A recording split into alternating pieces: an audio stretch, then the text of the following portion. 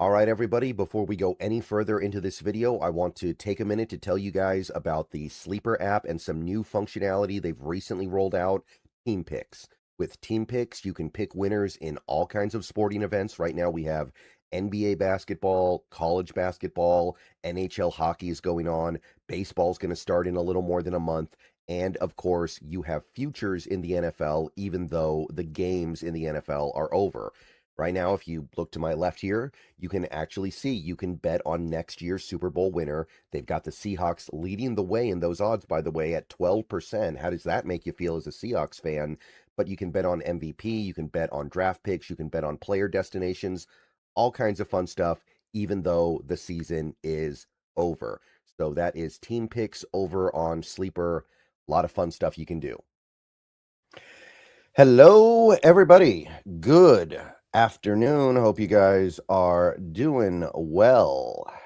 We are here yet again. Another episode of B&B or Talking Seahawks with the Hawks Nest. Whatever you want to call it is fine by me. I am Brendan. That is Brandon. And we've got some more off-season stuff to talk about today. How you doing today, Brandon? Doing really well, man. Just motoring on through this off season that's going already super fast. It's we're just about to start out the combine, so looking forward to checking out a little bit of that. But doing good. How about yourself? Good, good. Yes. And as you indicated there, the combine on-field work actually starts today. So there's going to be a lot of interesting information that we can glean over the next several days from the combine. I'll be paying attention. I'm sure a lot of you guys are going to be paying attention as well. I know we don't have a lot of picks this year. I know it's not the most appealing draft class ever made, but there's still good stuff in this class that we got to locate, find, and ultimately bring into Seattle. And please, please, God, don't let Ruben Bain's short arm length allow him to drop to the Rams. Mm. Yeah, I heard a little bit about that. That's not okay. 30 inches, Brendan. 30? Inches. Really? Okay. I heard it was short. And I didn't some hear. change. And a little Oh, change. boy. Okay. Okay. Well, you know what? It's a weak draft class, so hopefully that doesn't affect things as much as it usually does. That's all I can say. Amen. I'm getting worried about this now. This is starting to concern me. Mm-hmm. No, I don't blame you. I don't blame you. I mean, this is how teams operate sometimes. Hopefully by the time the draft comes around, people forget. People tend to have short memories in this world. Please. Oh my gosh, I hope so. All right, so the last week, not a lot has happened with the Seahawks specifically. Obviously, the offseason itself is moving, but Seahawks haven't really signed anybody. They haven't really tipped their hand in a way I would indicate is meaningful. Like they've said some things like, oh, we would love to bring everybody back, but we know they won't. They said, well, of course, our offseason's not going to be affected by the fact that we're about to be sold, but what else are they going to say? So I feel like things are relatively chill for the moment. I do. Yeah, I think it's a little bit of maybe the calm potentially before the storm. The storm being the decision that they really do truly then make one way or the other with this, Brendan. So it is a little bit of that. Okay, just everybody kind of holding their breath a little bit about which is this going to go because you get this late in the season, it's going to turn quick. It isn't a waiting game of 3 or 4 weeks. It's a waiting game of like in a week you'll find out. Right. Right. The most interesting thing that I've heard in the last few days would be the Torrey Horton news, where apparently he's not going to do any work during spring while he recovers. So whatever happened to him was much worse than they initially thought. And I'm officially a little bit worried about him. Like the fact that he has an injury that is supposed to take a few weeks and now we're going into months and months and months. I'm a little bit concerned about that. Well, I think you're definitely very hopeful for his upside, but to your point on this, Brendan, as it gets to the bottom line and what that means of what you just said to that is that, yes, I love this kid's future with the team, and he's got a place hopefully into this future, but he was very injured at college the last point of the year with another one of those mysterious injuries to the lower part of his leg. Here, the same thing. I love him in the fold. I can't count on him as a base piece, though. I've got to operate under the assumption I needed to go beyond this a bit. In making sure that I'm reinforced at the position. Because a lot of, I think, what the offseason is going to be done for us, Brendan, is reinforcing, hopefully adding some splash here or there, but reinforcing in general terms to make sure that you can buttress yourself up against injury. Right. And we are definitely going to have a conversation about the wide receiver position, at least in part today, while we get into some of the things that we're going to talk about. But today's show is all about open free agency. So last week we talked a bunch about the internal free agents, guys that we want to keep, guys that maybe we want to let go, guys that we maybe want to release, guys we want to extend. So after last week's conversation, we're set up to take the plunge into open free agency, which is a week and a half away. Basically, it's technically 2 weeks, but open tampering a week and a half away. And the Seahawks are going to have some money to spend here, and I think they're going to need to spend it because we do not have a lot of picks. We don't. I think that this is a good spot, though, to kind of get into a conversation I'm going to be curious about. Just I'm wondering, as much as anything else on this, there's going to be a lot of money to spend. I think that you're going to get a couple of your free agents done in-house. I don't think you're letting everybody walk. You are going to still need to then get some things covered for the very reasons we just talked about here a second ago. But I also kind of find myself with two different positions here thinking, Brendan, as I look at this situation. I think first off, I think you see all these teams that have negative dead money, and you know they're going to have to carve themselves low just to get below the cap to do order business.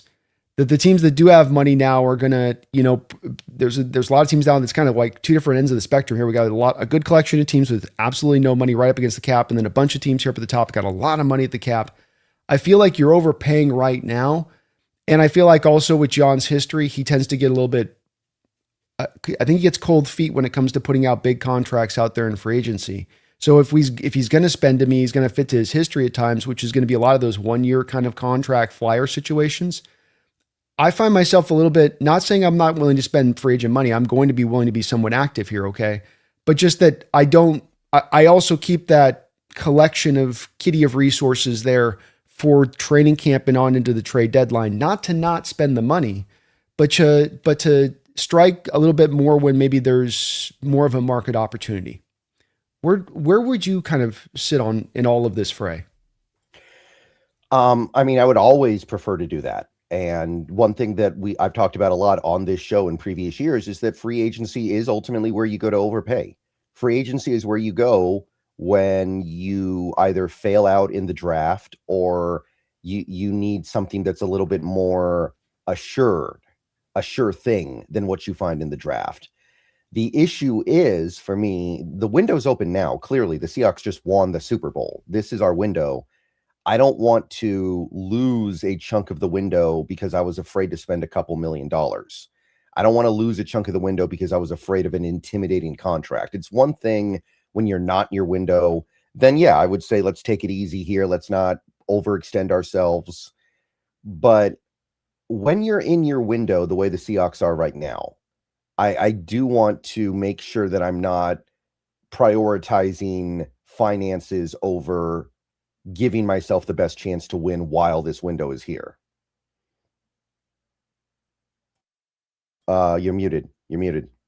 I apologize. What would that look like then from your perspective on the type of contracts you're looking at getting out here? We'll go to specific players on this. We're going to get into these individual parts exactly, but just in general terms, what are you looking to maybe leave in the reserve, I guess, for once you get through free agency? Here's what I've got left in the pocket. Maybe that's a good way to ask this.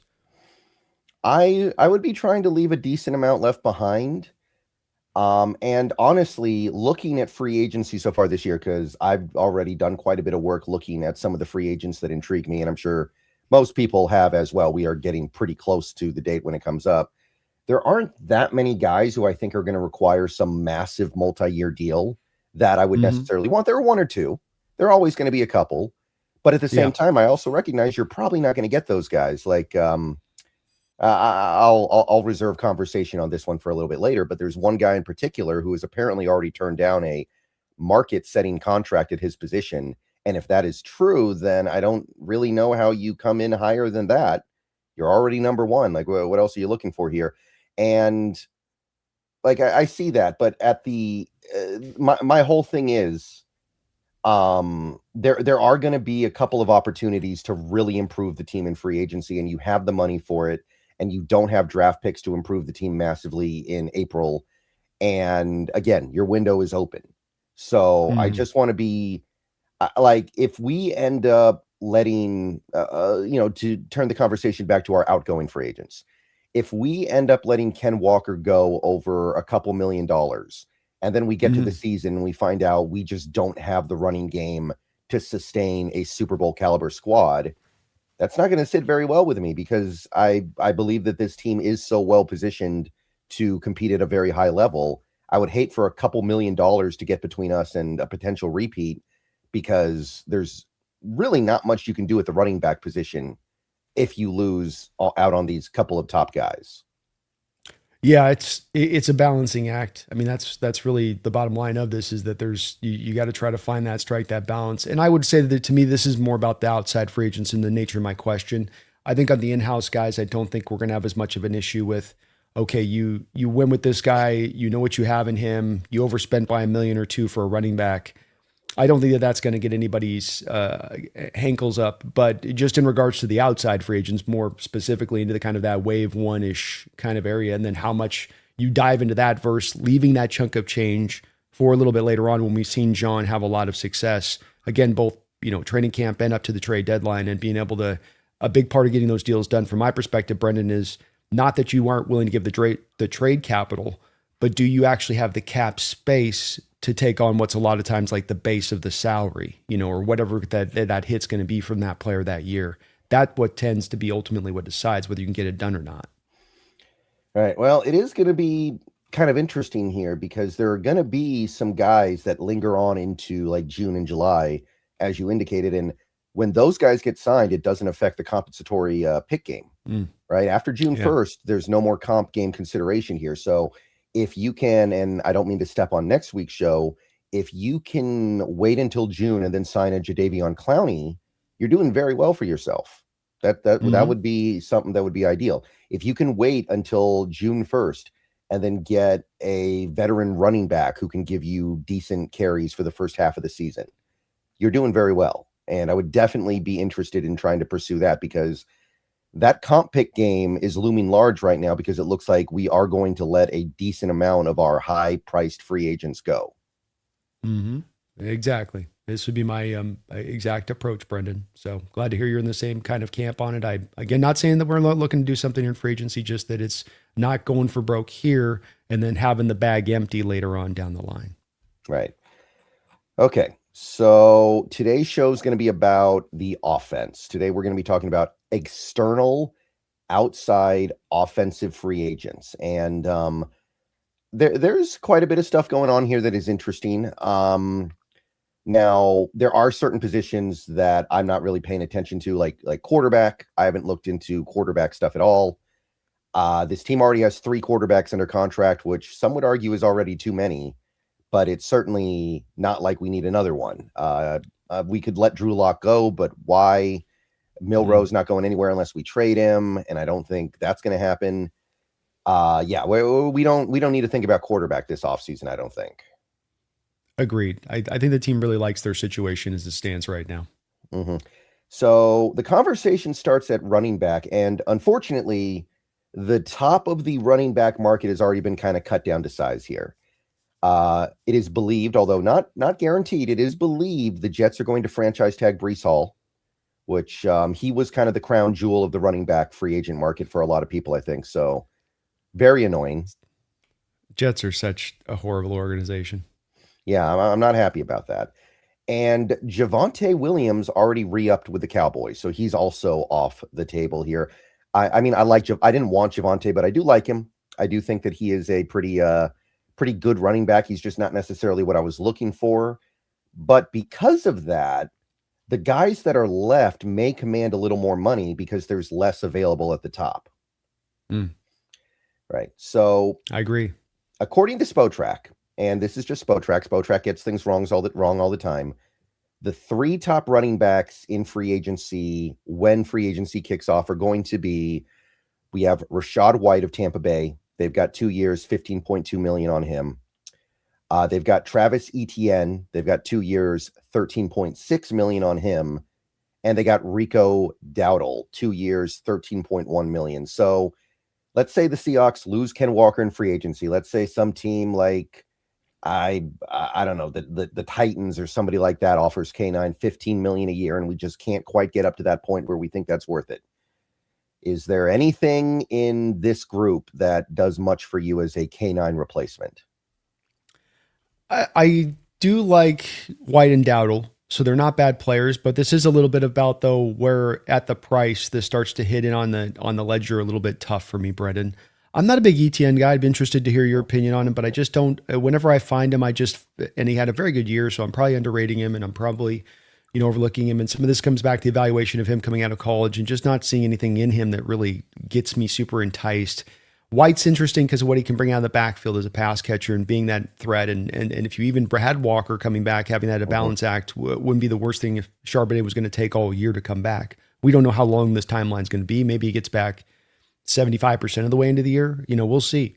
And then how strong is he at that point? We got to be careful, I think, on relying too much on Charbonnet because of how late into the season the ACL injury happened. Dowdle's not quite the fit to me as far as getting to the edge and what you want to run as far as outside. He's more of an inside kind of type runner, which I think you can get in this draft if you're talking about getting up to the place of spending $6.5 million per year.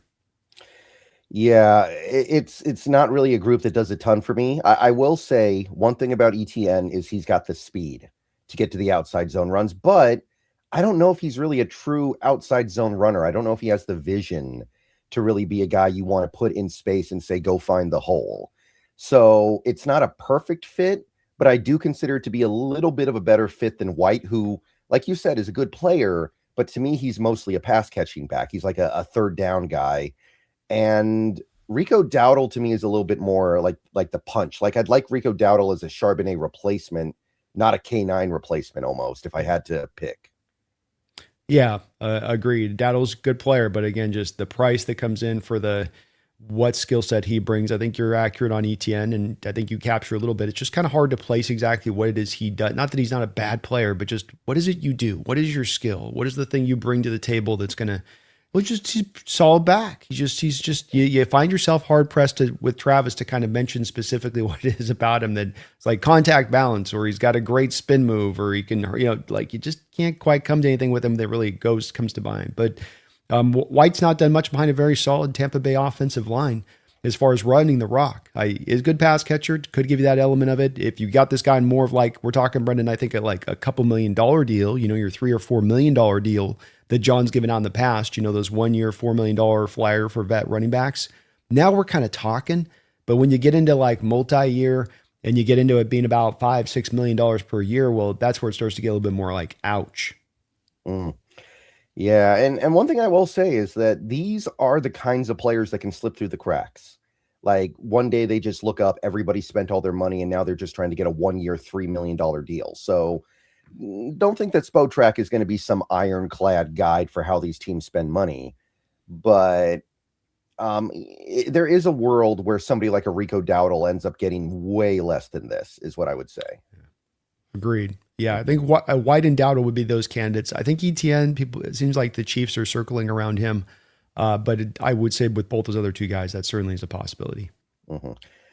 There are some other free agent running backs that are probably going to be a lot cheaper that are also, to me, at least somewhat appealing. The other guys that I'm kind of circling right now would be Tyler Algier. For some reason, Spotrac has him at 1 year, $1.8 million. I think they're kind of smoking crack there. I don't know why he would be so cheap when he's been a pretty darn good player in Atlanta for the last 4 years. You got Brian Robinson. He's the former Washington guy who got traded to the Niners last year and almost never got the ball because Christian McCaffrey doesn't let anybody else touch the ball when you're in the offense with him. And then you also got Nick Chubb if you're looking for like that veteran ring chaser. He would also be very cheap according to Spotrac. Anything in this group do anything for you? Chubb could be interesting with being a guy that gives you an intermediary before you can get back to Charbonnet as an tough inside runner. Robinson, maybe as much that some of that he brings as well. I think none of those guys are really pure fits for outside zone. They are guys that give you an inside running capability that you do need as a counterbalance at times with Walker. Algier, I agree, is going to be higher than the 180. He's probably a $4 million a year guy in that realm too. So, I'd be okay with it as far as if you're not wanting to go into this draft from a Hawks perspective, you don't like the running backs necessarily, and you want to get a guy that, again, just has a little bit of that insurance policy while Charbonnet's on the mend. You don't know what necessarily you have back with McIntosh coming back. So you're just looking to like really reinforce the position. It's not the worst of money to spend to make sure that you're keeping the running back position sufficiently talented and capable. Mm-hmm. Yeah, it's the Brees Hall franchise tag thing really feels like it just ruined the party. Like it gets so thin here so quick. Yeah. I think Algier could be like a nice little Charbonnet replacement if you could really get him on that 1 year deal, which I don't know. Like he's been pretty productive in Atlanta behind one of the best running backs in football, and he's also I think he's got like the record for most carries in an NFL career without fumbling once. Him and Charbonnet are like right at the top. Wow. I think that's a little underrated as well. But Definitely. yeah, I kind of like the idea of pairing Algier with Walker for a season. That I think that would work pretty well if you want to do something like that. Yeah, I'd be good with that. I think it'll be interesting too. As I try to think about it, I don't think there's going to be a ton of teams that are necessarily, looking for those running backs. Obviously, I mentioned the Chiefs in there, Brendan, but if you do go through kind of the list of teams in the NFL right now, the Texans will probably be on that list of looking. Um, Maybe the Cardinals. They've got Benson coming back. They might be on that list, but not the Rams. Niners, maybe. Right? Like who's going to be the aggressive guys on the market to go spend money for these running backs? I kind of is what I'm saying. I think this will be kind of the supply and demand where I think that there might be a little bit more of not that there's a burgeoning supply here, but there'll be more of a supply. I think that maybe there is going to be for necessarily the demand, which might press down the prices here just because of that. Because I kind of go through and I can't think of a lot. Yeah, I think the Chiefs will probably want somebody, maybe the Broncos as well, because they're moving on from J.K. Dobbins. They gotta. I think that teams are done trusting J.K. Dobbins to stay upright for more than a month at a time. I think they like Harvey there, though. Man, he's already like 45 years old though. It's so weird how he's already this veteran and he's only been in the league for a year. Payton loves the kid, and then they got Shaheed as kind of the speedster counterbalance to him on that. It doesn't preclude them from doing it, but I think from them they're going to be looking more probably wide receiver as far as targeting goes. True. All right. There are other free agent running backs. Does anybody in particular like catch your eye that we didn't cover just now? Not really. Maybe like a Kenneth Gainwell. He's got some juice out of Pittsburgh. I like it. Yeah, he was able to hold off the kid out of Iowa last year that was supposed to be the running back. Caleb Johnson, everybody thought would be fantastic. But I think that that's just about really it on that. I'm not really interested in Gibson or Eckler. I think their best days are behind them, and Najee Harris is coming off a major injury, so Yeah. that'd be about all you got there. Like Isaiah Pacheco, maybe he'll be out there. I think the Chiefs don't really want him back. Michael Carter's probably gone from Arizona.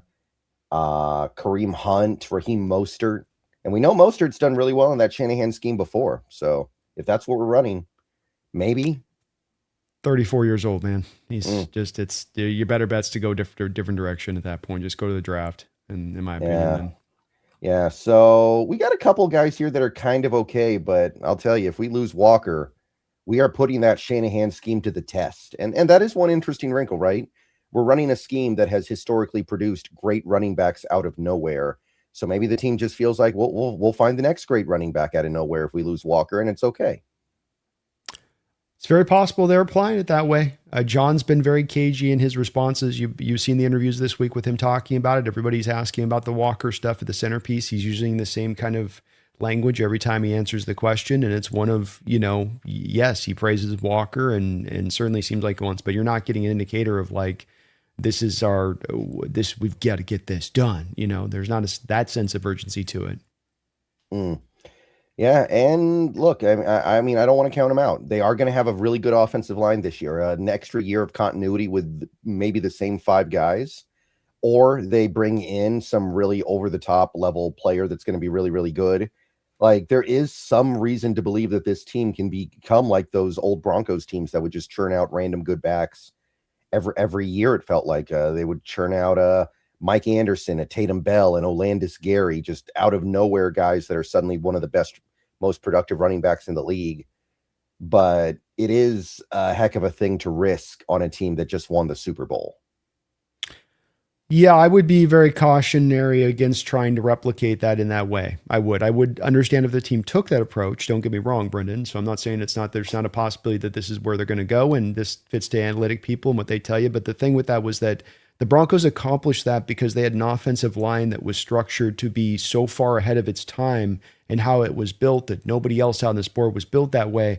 So every time they went up against an opponent every given week, they were able to slay them because that opponent didn't practice against that. That opponent didn't face that. And I'm speaking to the small offensive linemen, the cut blocking that you were doing across the board on a consistent basis.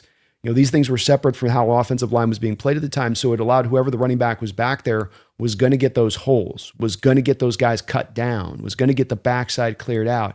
And that's just, you're not going to get that now in the same way because you can't do cut blocks anymore. And yeah, you can run with lighter linemen and more mobile linemen, and we're doing that. But there's a lot of teams in the NFL doing that. So there's a lot of defenses practicing against that. So it does get harder to necessarily just get into that. We'll just roll in the running back every single given year newly in this, and that you're going to have that happen. You can do it to a degree. And if you got a great offensive line, as we know with analytics, that's going to be a driving force of your running game as much as anything. But at the same point in time, you would have been then taking a step back, and you'll feel that. There's times Walker helped us out, Charbonnet helped us out a lot by both being 2 top 5 rated backs by PFF for a reason last year. Yeah, absolutely. Don't ignore how good those guys are at their job, and don't think you can just replace it with anybody. Yeah. So I hope they don't go that route, but I could see a scenario where they kind of feel like they're forced to. If somebody comes in and offers K9 some ridiculous money, then I get it. I understand. I have some sympathy for it. Yeah, I feel the same way with the Shaheed thing. You never know when you get into free agency, teams are going to overpay. Super Bowl winning guys that are free agents, there's that Super Bowl bump, man. It's just true. I've seen it throughout history, and you never know when it's going to hit in. And it's the crappy part about winning the title is that your guys get overpaid on the open market, but we've seen it before.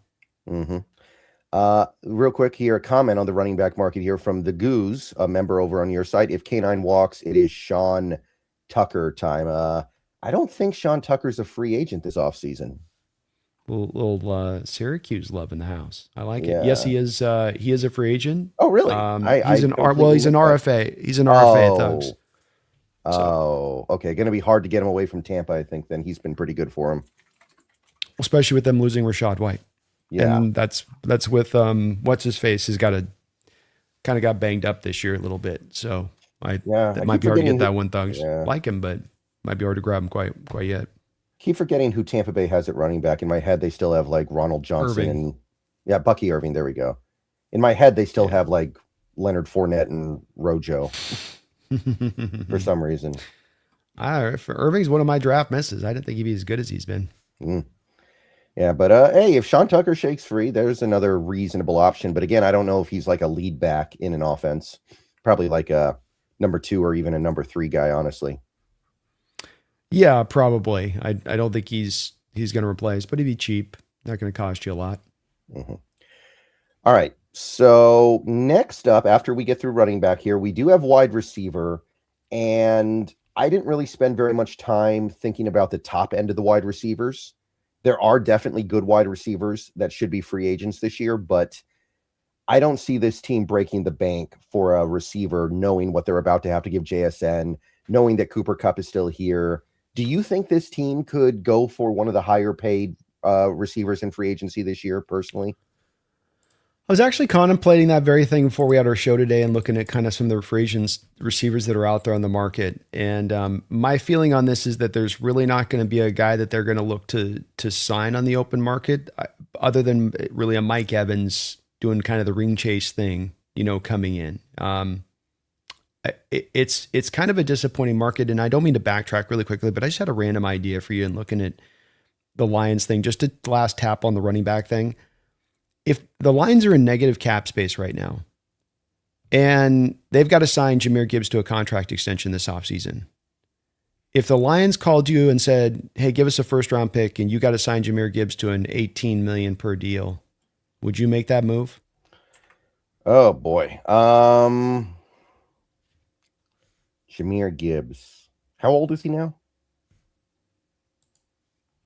That's a good question. I gotta look it up here. Sorry.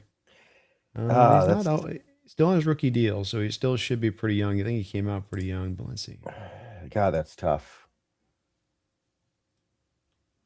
I guess you could look at it as like this is the price to keep your Super Bowl window open. Mm-hmm. If I'm thinking about it like that, if it's like either I do this with Gibbs or I'm stuck with Rico 23. Dowdle, I guess I would do it. Normally I wouldn't, but I guess I would do it because I would think like either I do Stuck this, on Rico Dowdle. either I do this or Rico Dowdle's my number one running back next year. I would probably rather do it because again, the goal is to win Super Bowls, and we have a chance to do that right now. Yeah, I think I would be drawn to it as well. I mean, the cap hit right now for Gibbs is at, $5 million ish, but they're going to have to, if they signed him, they're going to have to do a lot of stuff just to get their normal order of business done. They don't have a lot of contracts on the books that stand out that they're going to cut. They can base the bonus stuff across the board and free up some space. I don't expect the Lions to do this. I'm just wondering it. Just didn't mean to backtrack on you there a little bit, Yeah. but I was just thinking as I saw that negative space, like, well, as we're going through these limited options, as we know the draft isn't that great with running backs as it stands, maybe this would be an alternative. I think it's more likely the Lions trade their other back. What's his name? Montgomery? Mm-hmm. I think it's more likely they trade him, if anything. I could see them definitely doing that. But even he doesn't carry that huge of a cap space hit necessarily, but that'd be enough to probably get it done. They're only going to save like $3 million on him by cutting or something. For some reason, I thought it was more than that. But anyway, back to wide receiver real quick here. So there are guys that are going to get a lot of money on the market. The guys like Jawan Jennings, Alec Pierce. Apparently, Wan'Dale Robinson is going to get way more than people think. Spotrac actually thinks Debo is going to get paid surprisingly amount of money. They're in on Debo, huh? Yeah, they think Tyreek's going to get $15 million, which I think is their formula kind of run wild there. I'm not convinced Tyreek's ever playing football again. If anybody gives him anything, I'd be kind of surprised. Yeah, I can't see where Tyreek is. And what I've heard about this knee injury, it's not just your everyday, just like, oh, he just tore the ACL. It's like, it was pretty close to catastrophic type knee stuff at his age. And he's a smaller guy, so he loses any of his speed or juice. If he hasn't already started to lose a bit of that, I can't get that. And you mentioned Alec Pierce. He's going to get super overpaid. There's even talk right now they might release out the other guy, Pittman, and then sign him instead just because of the cost. Yeah. I don't know if they're going to go that route, but that's it's going to be one or the other on the open market, and both of them are going to be too expensive for my taste. Don't you feel the same way? I mean, I just feel like this is if running backs were maybe going to be overpriced city, this is definitely overpriced city for not the greatest of parts.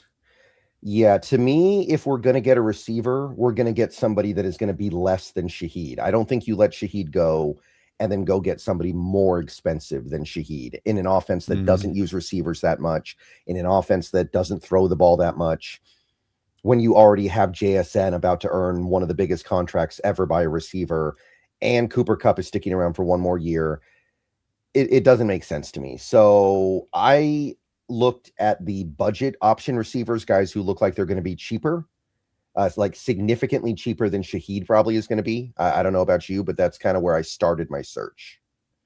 What on the front of the one guy I agree with you on this for the most part. Just the one guy being in the exception of this, if you lose Shaheed, would be potentially to me Mike Evans. So let's discuss this as a possibility of you lose that one. I think everything else you're right on. There's nobody else that I think anywhere close in the neighborhood we're touching. What about this as a possibility? I think the 113 is probably a little high by Sports Track. That's a little bit like the Tyreek math they're applying. I think it's more like a 110. So let's look at it through like the 110 lens, Brendan. My issue with that is I feel like Mike Evans is a guy who's been flirting with injuries like his whole life. Like I remember even like 6 years ago, I would be watching Tampa Bay games and it felt like every time I see him, he's on the sideline, like grabbing his thigh, grabbing his knee, grabbing his ass, grabbing his shoulder. He's always just battling through intense physical trauma. And finally in 2025, it caught up to him. I don't know if I like his odds to have a relatively healthy season in 2026. And look, if he wants to really go on that ring hunt and play for like maybe 6 million, that's one thing, but 10 million, especially because I got to put it all in 1 year because it's going to be a 1 year deal. That's tough for me because he's going to be 35 before the season starts. I'm sorry, 33. Excuse me. That's pretty old and coming off that really bad season he just had. I struggle to imagine him getting back to anywhere close to what he was. Yeah, I think that there's some valid points there. I think that you could kind of say some of the same stuff about Cooper Cup. And when you go from a guy being put into that number one target share place to now you get to be more into that secondary place that maybe you aren't going to be beat up as much. Maybe you can have a little bit of longevity through the season itself that you wouldn't have had otherwise when you were at your age, that number one kind of guy. My worries with him do come a little bit into cost. The price has got to be right, Brendan. I also am a little bit concerned with him on, his run blocking. I think whatever receiver comes to this squad has got to be willing to be a run blocker. And that's used to be a really almost dominant part of his game that's now become a little bit of a weakness in his game a bit. And I'm not liking that. For his big size, he needs to be a dominator out there. And that part was a little bit unfortunate when looking at some of the research on him recently. And the other thing is he already has a ring, so he may not be hungry for the ring in the way that some of these guys are. So, I mean, last paycheck. Yeah, I mean, like, would you expect Von Miller to ring chase this offseason knowing he's already got two? I don't know. I would, because he's been doing nothing but crying this whole offseason about the fact that he turned down Seattle for Washington on his podcast. So if I didn't know that, then I would tell you yes. But the fact that he was like, it was all it was missing was like sad music and little raindrops falling over the screen as he was talking about it about a month ago. What could have been, I think, was like the title of his video.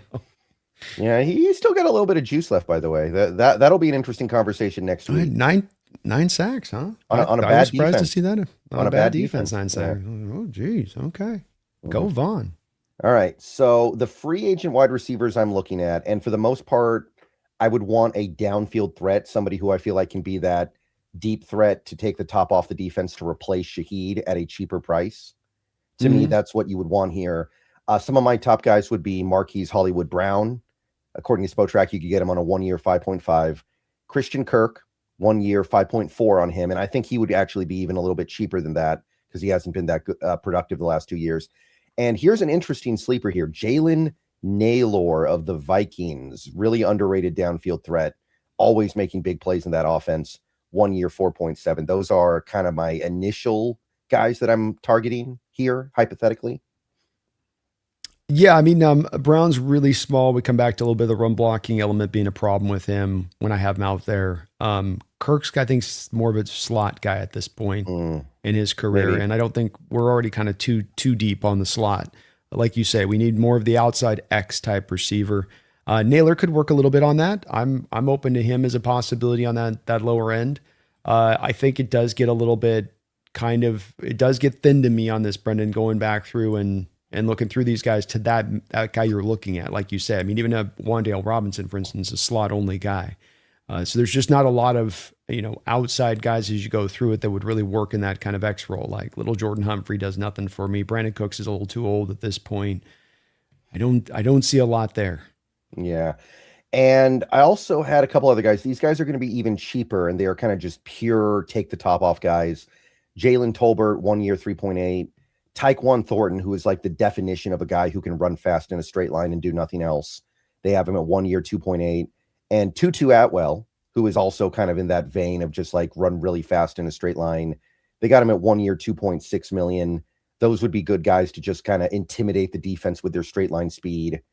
So if you are trying to basically find budget Rashid Shaheed, those are the guys that I'm initially circling. Yeah, I mean, I'd be very hesitant to make the moves here with these guys, even at the low price that they're at. The only way I would do it, Brendan, is if John did not think, number one, he could find the equivalency in the draft.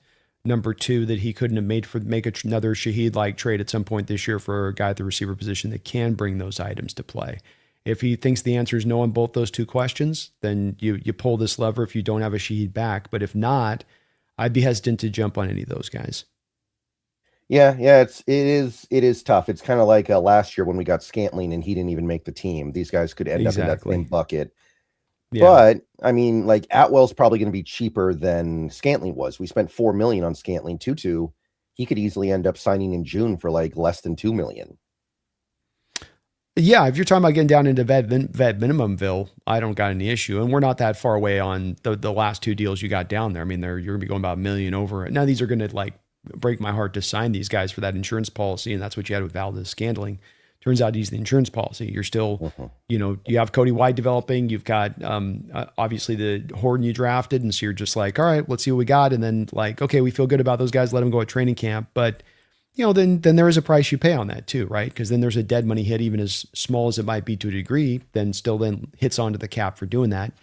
Do you have to take that jump or not? And that's where John's got to look at the lay of land on this. And I think you're smarter to kind of, rather than like have a $1 million insurance policy at the receiver position, to me, just take the risk of it and then make the trade as you have to if you get into training camp and come to find you don't have it. You can always bring back a Bobo. Cody White's going to come back next year.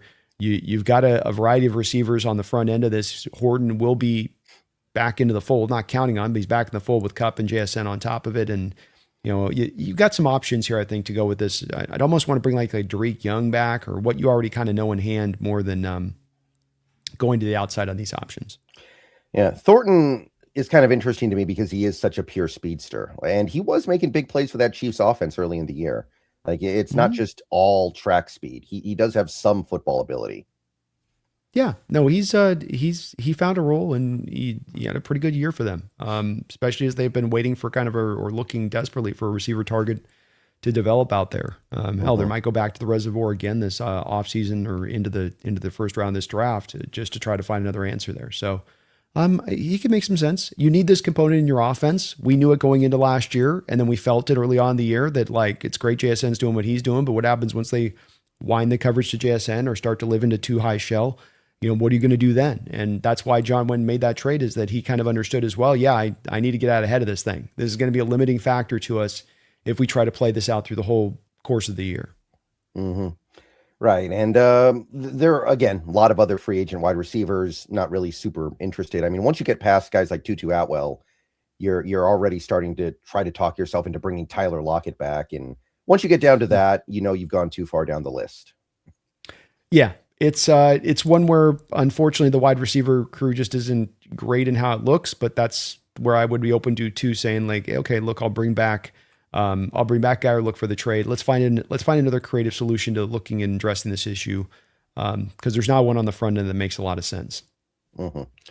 Yeah. And like you said, the guys that are good are going to get paid a lot of money because Pickens is going to get tagged. We know that. So Pickens is not really going to be available. Unless you can trade for him, which is a different kettle of fish. Yeah. And then you're like according to Spotrac, Debo is going to get 15, 16, 17 million a year, which I don't know if he will, but the fact that we're even having that conversation tells you the wide receiver market's a little bit crazy right now. Yeah. I think it is a bit of the combination. I think of there's a lot of teams that have done good to retain their receivers here through recent years and signing these deals. There's not as many great free agent receivers coming into this class, and then the draft class itself. I mean, the free agent class, and then the draft class itself. You've got some guys at the top that are pretty nice, but you could make an argument that the receiver class kind of starts to drop pretty quickly after you get past the top of the second round. That there's a bit of there's a dip between those two at that point. Yeah, and I feel like the running back or wide receiver class in drafts is always going to be good these days because of all these college teams that run the spread. So there are so many receivers out there that are prolific. Same reason why there's so many good cornerbacks every year. The teams need defenders to guard against the spread. I agree. I do think this is one year, though, that where you do see the receiver position a little bit less than what we've seen in recent years. Not that it's purely bad, that there isn't some good stuff there. There is. But it's just that it is, because of that reason I just said, where you're okay a little bit at the front end. There's not a blue chip guy, but you've got like 5 guys in the top 40 or whatever. But then when you start to get to me into sort of that, the second level guys on that, they're not right there next to those guys. There's more of a kind of a dip down, in my opinion, to that next level, and that will I think have its impact on this wide receiver class, where teams understand that as well, and that draws them to make Alex Pierce a $24 million a year guy if he gets on the open market, or Pickens a $30 million a year guy if he signs a contract. Yeah, and I get the Pickens thing. He is really good. I don't know if I trust him with long-term money, but he is a very talented receiver. The Pierce thing, I don't understand. Like every team that has even a slight need at receiver is drooling all over him, and I don't get it. Well, I mean, it could be an indication that people think that I think he's been one of the best man beaters in coverage last year. I think he was number one in that aspect of things. And maybe teams are anticipating a little bit with him that number one, he's not been utilized at his best to the utmost because of all the kind of receiver options that have existed there with Indianapolis. And on top of the fact, they're kind of a run first team.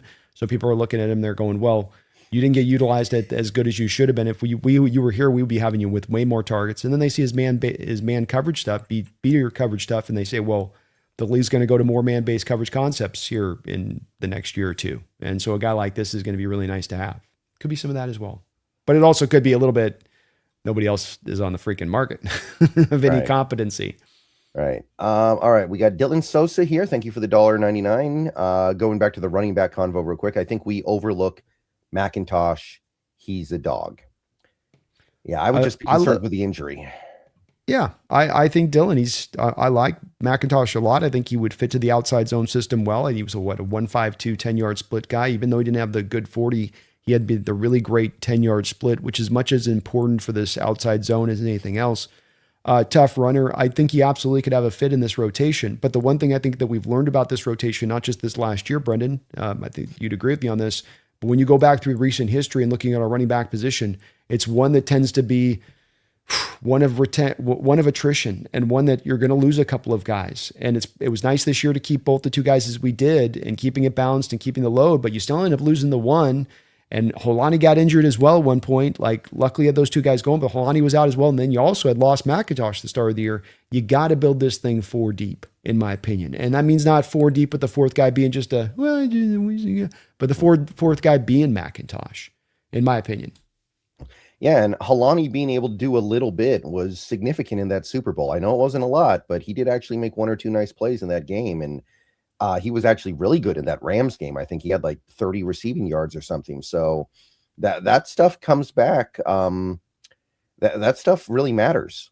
Being able to get good stuff out of the guys like that. So yeah. Having the depth, man. You got to have the depth here for this position. It's one of these guys just get battered.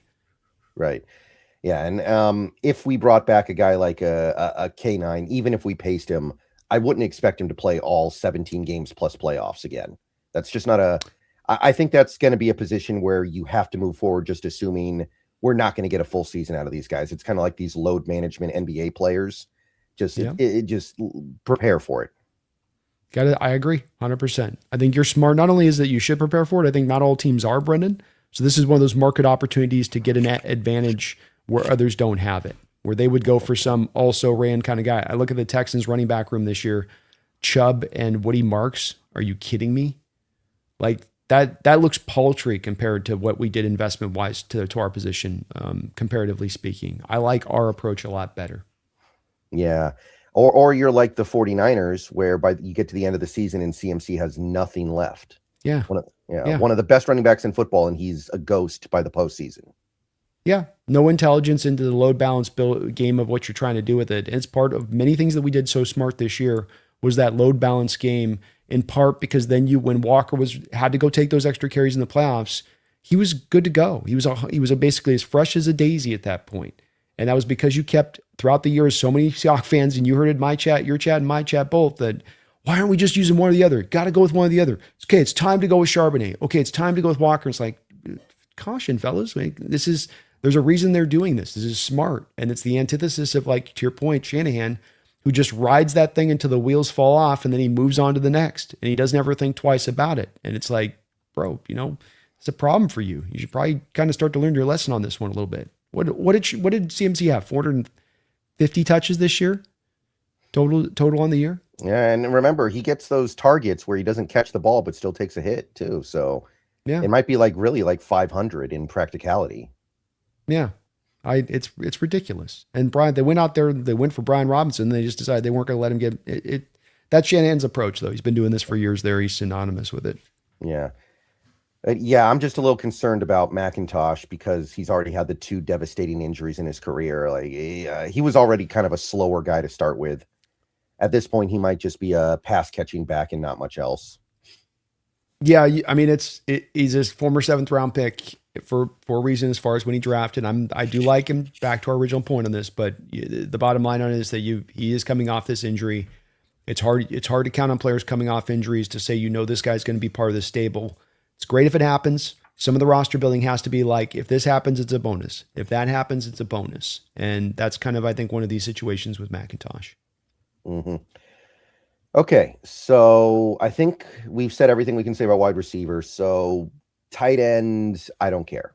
I didn't look at tight ends at all. I have no idea who the free agent tight ends are. No, there's no chance at all of us touching tight end in this free agent class. There's zero zip zilch. You're 4 deep right now going into the season as it is. They're fine at tight end. They're going to stick with what they got. We are where we're at, so they're going to be fine there. Right. So that leaves the offensive line. And I do think there are some interesting conversations we can have about the offensive line here. For one, I'm pretty happy with where the offensive line is right now, but there are 2 positions that people are going to talk about that could be upgraded pretty easily. One is center and the other is right guard. And let's just start with center here. So to me, it's pretty simple. If you're going to go for a center, you're getting one of the big guns. You don't need to sign an okay center. You already have one with Sundell, and he's very cheap. Like he's like $1 million this year, I think.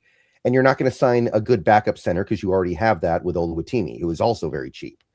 So if you're trying to get a center, you are going for the big guns. And the big guns, according to Spotrac, this year in the center position, you've got number 1, of course, Tyler Linderbaum. He is the gun to end all guns, projected to get 4 years, $71 million, and that may be low based on recent stories and rumor. You've also got Connor McGovern, projected to get 3 years, $49 million. He's been good for Buffalo the last 2 years. And then you've got Cade Mays, who is projected to get about 3 years, $37 million. So let's talk about the possibility of upgrading the center spot for 2026. I think you're right. I think first off, you're coming in a little bit more sniper-like in this approach. If you're going to make a leap or a jump here, one way or the other, I don't think you're coming in here just to kind of get a vague upgrade at the position. Some of it, again, back to your good point there, which is that there's places and positions on this team you're going to spend money on, and a lot of money, and that means that then with the salary cap as it is, even with the amount of money Seattle has to spend, there's other places that you have to now find places where you can go cheap on. Hopefully get good play still, but find places where you can go a little bit more inexpensive. So I think that's going to be generally the approach when this is all said and done, Brendan. To me, the only guy that makes sense on this is going to be Linderbaum. McGovern has been solid to your point, and Mays okay, but those guys are very close. In fact, if I'm not mistaken, Sundell was like just right there next to as far as performance-wise, pretty close to where Cade Mays was last year. Yeah, and Cade Mays also can't stay healthy. That's the thing. He's never played a full season. Honestly, I don't know why he's expected to get this much money, but Spotrac, they know more than me. I'll defer to them here. And it's not a great center class. So, if you need to get an answer, you may need to get your answer out here in free agency, and that's maybe driving some of this. But I think that McGovern, 28 years old, I think that what you do get with Sundell is not only now that's his first year of starting, there's a lot of reason to believe he's going to be even better here next year. Younger player, a guy that's a pure scheme fit in what you have in Sundell. And then you get the continuity factor. You go flip into one of these guys, it's just kind of a marginal upgrade. You're losing a bit of the continuity factor you get from having the returns of next year. I'd like to do that for more of a splashy guy. Linderbaum would be that guy if you're going to make this run. Yes, I do tend to agree. McGovern would be okay, but I don't think he's a massive upgrade over Sundell. And as much as Sundell isn't a great player, I think there's some stuff going on with him that is pretty good. And he can get better. He can get a lot better. He's still young. And the thing is, supposedly, and I don't know if this is true or not, it may not be true, Linderbaum has already been offered like $20 million a year by Baltimore, and he's turned it down. So if he's looking for more than that, I just don't know if center's the position where I can justify spending $22-23 million a year. No, I don't think I could either on that, quite frankly. I think that starts to get into a little bit of funny money territory. So I'd be hesitant in the same regard.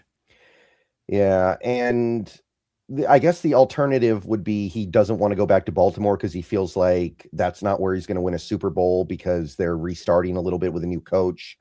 Maybe that's what he's thinking. If he's thinking along those lines, then maybe, but I'm going to let somebody else give him $22-23 million a year. It's not going to be me.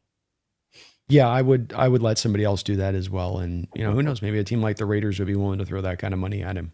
You know. Yeah, I imagine that somebody will. I think that there is an urgency to really go crazy with the offensive line positions right now in terms of what you spend on them. But to me, center is still a position where I really hesitate to spend massive money on. To me, you don't get the return. Yeah, I think it's one that I'd be very careful with, and when I'd put that money out there. To your point, it would not be a one. This is one where it's left tackle, right tackle, left guard. You start to get to center being kind of the fourth most important on that pecking order, in my opinion, and that needs to be taken into account. And then going back, there's only so much money to spend. You gotta delve, you chop it up and delve it up in the right way. And I want those resources going to the prime positions. Not that I don't still willing to invest in a center like with the draft and stuff, but I think that you can work some other directions with this without having to go 22, 23 million per to get it done. Yeah, and the next highest center on Spotrac, by the way, was Ethan Posick at like 11 million a year or something. So things get thin pretty quickly, and I like Posick, but he hasn't been the same the last 2 years. I don't know if he's a scheme fit at this point anyway. He's on the wrong side of 30. So you run out of centers to talk about very fast. Yeah, there's not a lot. There's a couple journeyman guys in there, but to your point, is there the athletic fit there? Is there guy, and you still do have Olotimi there as the viable backup there. I think you feel solid enough there on that with those options on the table. Dylan Sosa, thank you for the $2 once again. Mac gives me D-Law vibes in this year's free agency. Yeah, I am high on the Khalil Mack thing, and we will talk about him, I think, a lot next week. As long as he doesn't get re-signed between now and next week, I think that will be a top subject of next week's show. Yeah, it's he's a guy I've said there's a couple guys I think it's really especially on the edge, Dylan, because this tends to be the position that does produce these every year where there's guys over 30 years old off the edge, still very productive, or at least very productive as at the very least as pass rushers. Mac fits into this mold, and a guy that you could potentially take advantage of being a ring chaser type guy who's I've earned my money, I've made my dough. I'm not coming in trying to get 15 million per this year. Just pay me something solidly. Let me fit into the row with this and let's go. And he would be a power edge. He's been in our exact defense last couple of years here with the Chargers. He'll know what he needs to do as far as the role goes in this defense. That's big. And the cost shouldn't be great. I love it, Dylan. Love to see it. Yeah, and I said this last week on the show, I believe, but Khalil Mack has never won a playoff game in his career. He is 0-6. So yeah. we got to help a brother out. There we go. That's where that ring chase thing might be able to be. It's going to be one of the interesting factors for me this offseason, Brendan, is do we attract guys in that way? Can you find a couple guys out there who are going to be like, oh man, this is the spot. I'll come and take a little bit less to be part of something special. It's hard to get to this place where you can be a draw like that, but Seattle's, if there's any team in the league that is right now, you have to think they're one of them.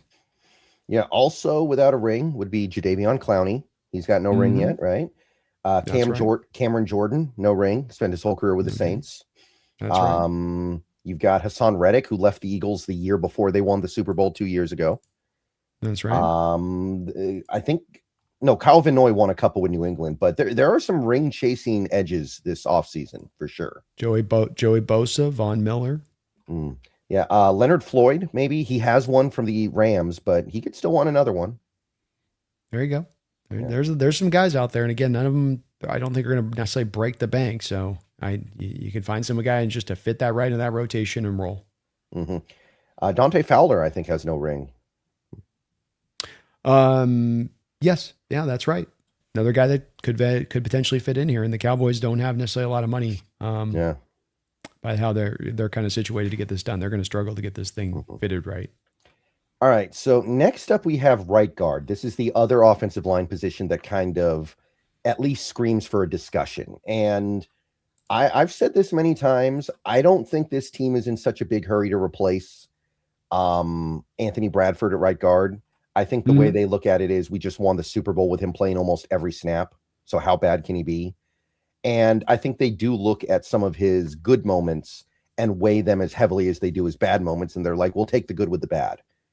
But I think we can at least have a little bit of a conversation here because there are some good right guards in free agency this offseason. And I guess you could go this way, especially if they end up being a little bit cheaper than currently expected. Like according to Spotrac and according to the market in general, the top right guards available are going to be Ed Ingram, projected to get 3 years, $39 million. You got Elijah Vera Tucker, who I think this projection is way off. I think he's going to get less than this, but they have 4 years, 51.3. And then you got Wyatt Teller, not expected to return to the Browns. They got him at 3 years, 30.5. Does this group do anything for you? Wyatt Teller's on the wrong side of his career as far as his recent performance goes. I don't see him as an option here.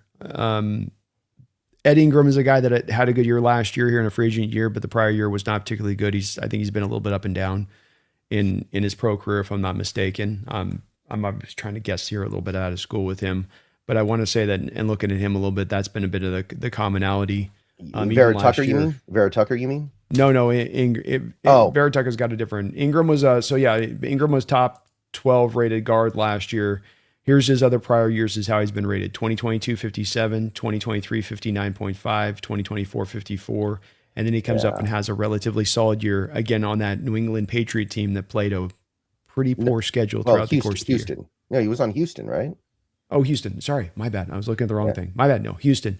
But I don't want to pay a guy off of one performance in a contract year. That screams to me of a guy that got it all together for his contract year and is going to dial it back the second you pay him. Maybe the light bulb just went on. I'm not going to take that risk. Tucker didn't play last year. Yes, he missed last season completely, did not play a snap. He's always been well regarded when he plays. He just doesn't play as much as you would like. I think that's where, to me, I don't think that money that's being put out there with Vera Tucker at $12 million per year, I'm not sure he gets that. Yeah, there's no way. I don't see, and a 4-year deal, there's no way. I mean, he'll get a 2 to 3 year contract, and he'll get a little bit of money, but I think it's more going to be like 216, 217 is what you're talking here. And if we're talking that, now we're talking into a territory where I'd be saying to Elijah Vera Tucker, yeah, because here now you can go get a guy that can work, I think, a little bit all over the offensive line. I think he's got some left guard experience too. So now he gives you a bit of a backup for Zabel in fitting in there, and then he gives you competition in there at right guard as well. So if you get him in kind of a lower end contract, I'm not going anywhere near $13 million per year for the reasons you said. He can't stay healthy. Yeah, so that's an interesting one because, again, every time he's been on the field, he's been regarded as a very good player. He's just can't stay on the field. But if you could get that 2 years, 2 years, $16 million with an easy out after 1 year, that's pretty good. Yeah. He's played 15 games in 2024, 16 games in 2021 when he first came in, 7 games in 2022, 5 games in 2023, 15 games in 2024, and 0 games last year. So he's missed more than the majority of the season in 3 of the first 5 years of his career. That's where, to me, I just don't see how this money part makes sense with them. But that money, to me, for a gamble like this, I'm okay taking a swing at that. Yeah, he is a lot better than Bradford, I think. And I think he'd be an okay scheme fit too, as long I don't think he's like immobile or anything like that. No, he can move. He can get around. He should be fine. There are a few other right guards that you could spend a little bit of time thinking about. You got Dylan Parham, projected to get 3 years, 30.2. Kevin Zeitler, the ageless one, is still out there. 1 year, 9.2 is the projection. And James Daniels, who was having a nice start to his career, but then last 2 years he's barely played. But he was good last time he played. 1 year, 6.8 million. Those would be some other guys you could at least kick the tires on. I don't think I'd be on either of them. Zeitler's 37 years old at this point. It's too old. Dylan Parham, that's going to be a bit expensive for me. I don't want to be throwing that around for a guy like that.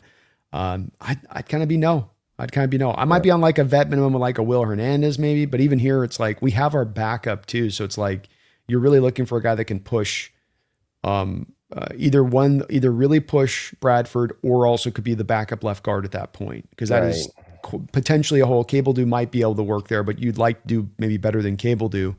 So that's really more of where I'd be targeting if we're talking about a vet minimum kind of guy, is looking more for that.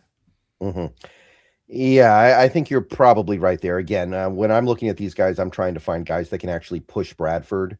And I don't think you're going to find that in the vet min territory. Like, I know we make fun of him, but he's actually not he's not as bad as some people act like that he is.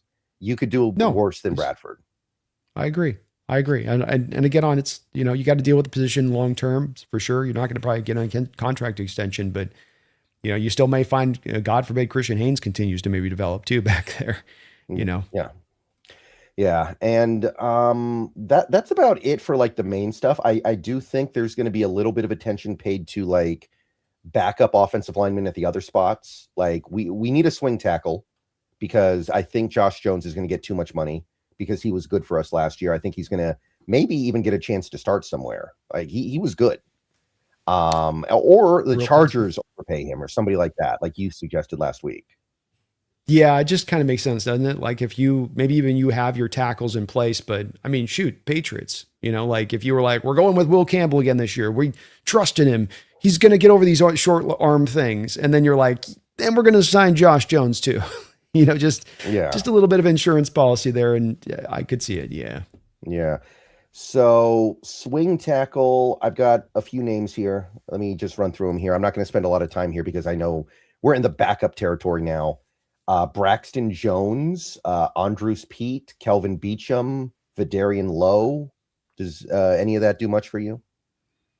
Vidarian Lowe could be interesting as a guy to come in there. I mean, he's certainly, I'm looking to do the same kind of targeted deal we did last year with Jones if we can, kind of a 1-year 3 sort of thing.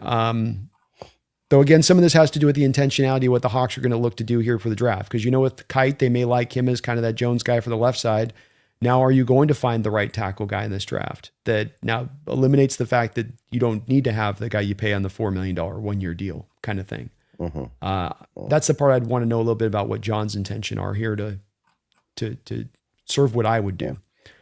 You've got like Trey Pipkins, who was underqualified as a starter for the Chargers last year, but might be overqualified as a swing backup. Trent Brown, Charlie Heck. You could go get Jay Curhan back, Lucas Nyang. Those would be some other swing tackle options. The first couple of guys there you mentioned are more immobile type dudes, so they just don't have the. I mean, Trent Brown cannot move at this time at this point in time in his career. And Charlie Heck, I love the Andy Heck connection, former Seattle Seahawks first round pick, his father, but he's also not the most mobile of guys who can move. So you're probably going to want a little bit of that. You're either going to want a mobile guy, Brendan, or you're going to want a masher like Josh Jones was, because that was the thing with Josh, right? Was he came in as a 330-pound left tackle that could just mash in the run game. So we'll get one of the two things. And those guys aren't kind of mashers and they're not kind of movers. So I would say you're probably passing there. Yeah, it's tough. Luckily, we only really need one here. We were able to get through last year with just kind of having one backup tackle for both spots. But it is something that I think we need to do. I don't know if I want to trust a rookie in that role. I think that's a lot of responsibility to put on a rookie's shoulders. And I don't think we win the Super Bowl last year if Josh Jones doesn't come in and provide above replacement level play. Yeah, I agree. I could see it being look, that was a really smart signing. One of the smarter signings of the offseason by John. That's saying something with the offseason he had. But that was a great addition to the team. I mean, you didn't have him and you had to put Kite out there for those games instead. Maybe a different result. I think there's also maybe a backup left guard because we don't really have one right now unless you really trust Richmond or Cable do, and I don't know if the team does. If you want to make a serious investment here, John Simpson is on the market and he'll be like one of the most highly qualified backups out there. Brady Christensen is going to be available. Chris Paul. Do those names do much of anything for you? Brady could make some sense because of the fact that he's the former tackle convert, so he's got some mobility to him. He's not played awfully. Backup guy. 5.5 might be a little expensive, more than I want to spend for that, but I that's about the right territory. Paul doesn't have me as interested on that the same kind of thing, just a little bit more pricier than I want to be at. Right. Yeah, I'm inclined to agree. I don't think we have to spend big here because there is a chance that a guy like a Cable do or a Richmond ends up doing what we need. So like a lower level of backup left guard. There are a few names that I did find here. You've got Dalton Risner, who we've been talking about for a couple years now. He's floating around again. Tevin Jenkins is supposed to be very cheap this offseason because he didn't get to play last year at all. and Aaron Stinney is going to be like bottom of the barrel, 1 year, 1.5. Maybe those would work as just like a pure backup at left guard.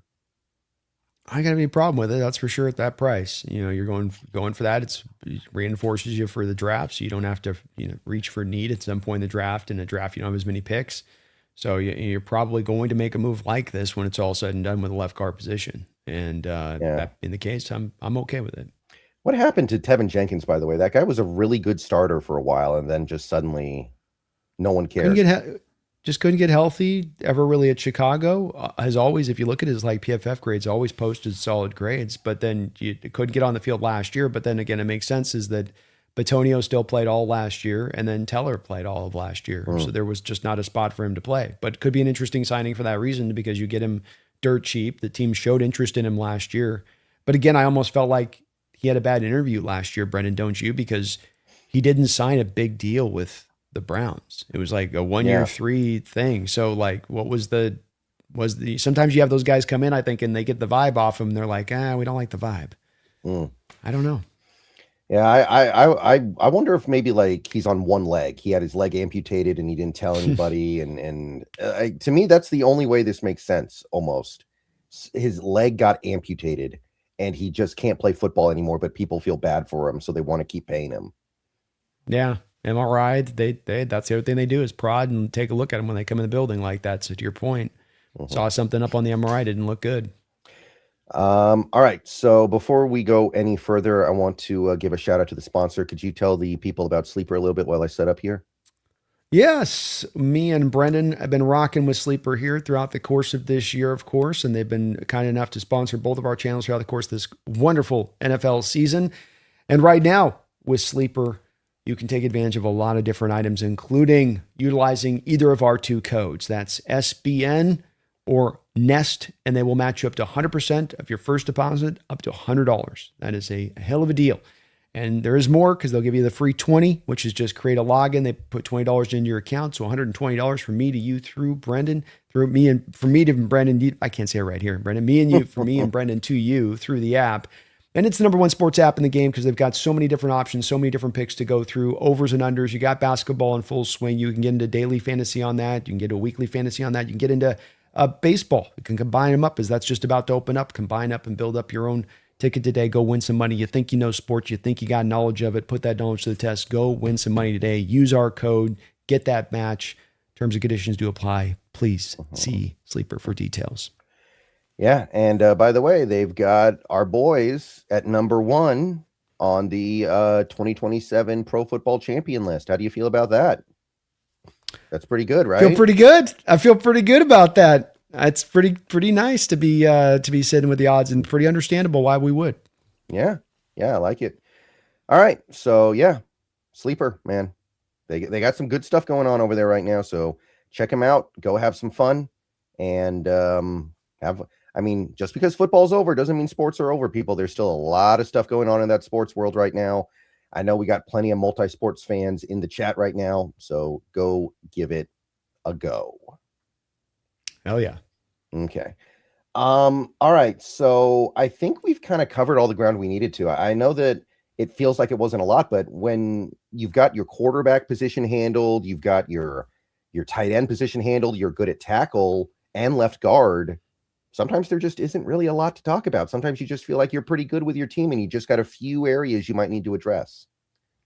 Well, it's right. That's 100% correct. And, we talked at the start of the show today about the fact that when we wanted to spend the money, when you wanted to jump, when you wanted to strike. And I had a show I did on this, and I want to talk about it with you at the front of the show because I had a show that I did as kind of what I was trying to predict in John's off season and got some pushback because people were like, you're sitting on all this cap going into the training camp, and this is after you won the Super Bowl. You shouldn't be sitting on your laurels. You shouldn't be letting people kind of catch up to you. But we looked at these guys, and it kind of shows you in looking at these guys that there's not the bright, sparkling guys to go pick from here. And it's really like when I want to add on to this team, I don't want to just add a name or add a guy that would seemingly give you a little bit of an increase. I want to really, top off the tank, Brendan. I want to add a guy that's really going to be able to, help you. And when you look at the free agent class, the offensive side of the ball, I think defense, we're going to have a couple more names that help out on us next week. Not that there aren't some names here that are potential options. It's just that you're going to overpay a bit. maybe there's going to be other times of the year where you can deal with it better and not overpay as much. Right. I'm inclined to agree with that. It's a tough balancing act too, and I sympathize with John right now. It's tough to balance these things because I understand you got to want to try to go for the repeat, but you also don't want to give K9 $18 million a year or something because he's not worth that. He's just not. Mm-hmm. You want to go for the repeat, but at the same time, you that doesn't mean you go out and give Mike Evans $15 million a year. It doesn't make sense. So it's a difficult thing to really work out here, but he's shown that he knows how to do it. So I'm going to give him the opportunity to do it. And this is going to be one of those off seasons where even if I'm not in love with everything, I'm not going to be overly critical because he's proven that he understands what buttons to push. And until he proves otherwise, I'm going to roll with that. I'm going to find myself in the other place a bit. The man just won the Super Bowl for the second time with a whole different crew, the first GM to do that in NFL history. And while what you and I both do, Brendan, a lot is analyze this team and have to at times be critical of them. You're going to earn quite a good amount of goodwill and a lot of benefit of the doubt. We're a little bit back into the days of in John we trust because you've done so much on this. And I just feel like him having an opportunity to also do this a second time, to go through this and learn the lessons of having gone through one of the youngest rosters in NFL history to win a Super Bowl. And now he gets to do this again and see what lessons he learns and see which ways he moves and how that's different or how it may be the same. Where it's like, well, okay, this didn't work out, but my process was right. Or that process was wrong, and we're changing our whole approach this time going through it. Be one of the more fascinating things to kind of monitor with him as he goes through this. Mm-hmm. All right. So before we wrap up here, I want to ask, of the positions we talked about today, which is basically the whole offense, who are your two guys that you really want to, if not sign, then at the very least target very, very specifically and make a big push to sign? So I would say that, I mean, you giving me the Linderbaum news that he's won 23 is kind of like, that would have been my answer a week ago, but yeah, 23 is like, maybe that's a rumor. Maybe that's a rumor, or maybe he ends up changing his mind and he's like, I just want to go somewhere where I feel like I can win a Super Bowl. Yeah. I mean, I think that there's probably maybe something a little bit to it. It does add up in track. I'll give you the two names here. I think Vera Tucker at the price we talked about, not the funny numbers Sports Track's trying to present, but actually on a market equitable deal. That guy gives you some reinforcement for left guard as a backup. Could be a guy that could really significantly push Bradford as a starter. And then I think that if Shaheed's going to get to the open market, in my opinion, Mike Evans on a 1-year, $10 million deal coming back in the fray would maybe not be the worst thing to me. And that I think that you fit him into this receiving core. He's a true X. He's a bigger receiver that you bring in. Okay, you don't have necessarily the speed, but there's a couple ways to accomplish that whole, what that guy does speed-wise and clearing out coverage. And if you're going to draw your double teams over one way to JSN, if you're going to put your number one corner on JSN, I'm going to be able to trust, I think, in Mike Evans and 3 wide receiver looks to be able to beat what oftentimes is going to be the second or third best corner on the other team. I like it. I'm intrigued. I mean, if we sign Mike Evans, it would be exciting. I don't know if it'd work out, but I got to admit, it would be very exciting to get a Mike Evans. So I'm down for that. It's just, I think it's one where I'm not, maybe, and I'd love to hear your thoughts on this. I'm not as much loving up on this wide receiver draft outside we get past like the first 5, 6-ish guys. Especially not for us, especially not for the Seahawks team. Because pretty much everybody who's really good is going to be gone by the time we pick. And I'm looking at it right now. You've got Tate will be gone, Tyson, Lemon. By the time we pick, and Boston will be gone. Yeah, like the number one receiver when we pick will probably be like Concepcion, which, I mean, that's a downfield threat. There is something there, but I'm not. He's one of those guys. You're right. You're on it. He'd be one of those guys in that top place. I wonder if he's going to be there too, even if we pick though a little bit with this draft. But once you get past him, and then it's really the Cooper kid. I think he's the drop off spot. Omar Cooper out of Indiana. Once you get past him, to me, then you're starting to get in a place where it's a little bit. It's a bit like you don't know what you're going to necessarily get. Yeah, like, watch how people are hyping up like Malachi Fields and go look at his production. You're like the hype versus production. You're going. Yeah. Isn't Fields like the really big guy? He's like 6'4" or something. Yeah. Yeah, it makes the circus catches, but then you go back and look at the production, and you're like, yeah, but the. You're hoping he's going to be Metcalf, right? Metcalf didn't have big production in college either, but he made the. Yeah. you're kind of, but this guy ain't going to run no freaking 4-3, you know? Yeah. So that's where it's like, he's going to be a 4-5-5-ish guy, you know? Yeah. I saw a chart the other day. Zachariah Branch, apparently like 55% of his targets have been bubble screens in his career. He's not the only, that's the thing about it is I was watching a guy last night that was his thing too. I'm trying to see on my list who it was, but there was another guy just like that last night I was looking at. Same freaking way. It might have been Skylar Bell on that, but yeah, this draft's filled with them. The Berrien kid too, from Berrien Brown from LSU. Another one like that. I think CJ Daniels, another one like that a lot of people like. Those guys, half their tape is bubble screens and tunnel screens, Brendan. I'm not kidding you. And then they have limited production. So you have all these bubble tunnel, and then you get limited production on the back of it. So you're like, okay, I got limited production and half your catches are all from bubbles. And this is all I got is this left. This is it. This is it. And you go, well, and these guys will talk about him like people will be talking about it, like, that's a high second round talent. That's a third round talent. I'm going, that is way too big of a risk. I need, like you mentioned, DK, good comparison. I need a freak show there if I'm going to take the guy that's got not the production into the second round. I'm not taking the guy that's like mildly interesting with lesser production. Mm-hmm. Right. So I do kind of tend to agree with that. What I would just say is I don't know if this team really needs a receiver because they're not a receiver heavy team anyway. So I don't want to bring in Mike Evans to get targeted like 5 times a month or something. Like, I don't know. Well, I think if it's on a 1-year, $10 million deal. I think that's where it's a little bit different for me on that, because I think that's a relatively inexpensive cost deal for Mike for what he's bringing. And yeah, it's great if you've got all 3 of your starters going and you're not, to your point, yeah, you're not going to use them a lot, but are all 3 of your starters going to run 100%? And we talked about Torrey Horton. I'd like to have him as kind of the bonus guy into this mix of things.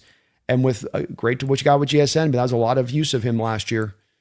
A lot of use, and got injured even into that Super Bowl a little bit. Cooper Kupp, another year older. Is he going to be able to get for a full season, healthy and get all the way through that? I think that's a little bit of a risk. So it's as much of an insurance signing as much as anything on this.